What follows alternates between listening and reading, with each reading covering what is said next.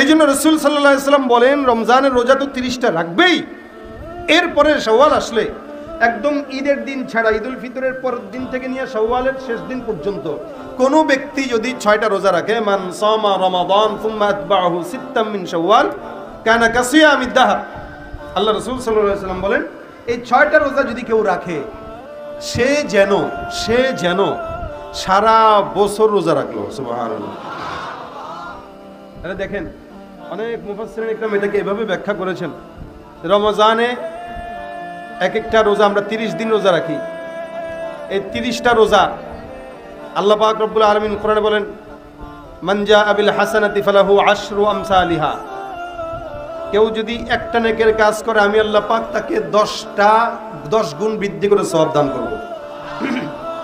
তাহলে এখানে 30টা রোজা যদি 10 দিয়া গুণ করেন কত হয়? কি বলেন কত হয়? 300 না? 300। এখানে 6টা রোজা, এই 6টাকেও যদি 10 দিয়া গুণ করেন মোটামুটি 2 মাস হয়ে যায়।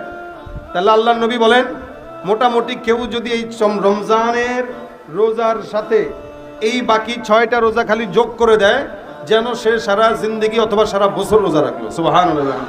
এখন এটা আপনার যদি মন চায় আপনি একাও একটা করেও রাখতে পারেন, মন যদি চায় আপনি একসাথেও রাখতে পারেন, অর্থাৎ গোটা শাওয়ালের ভিতরে আপনি যখন মন চায় যেভাবে মন চায় 6টা রোজা রাখেন।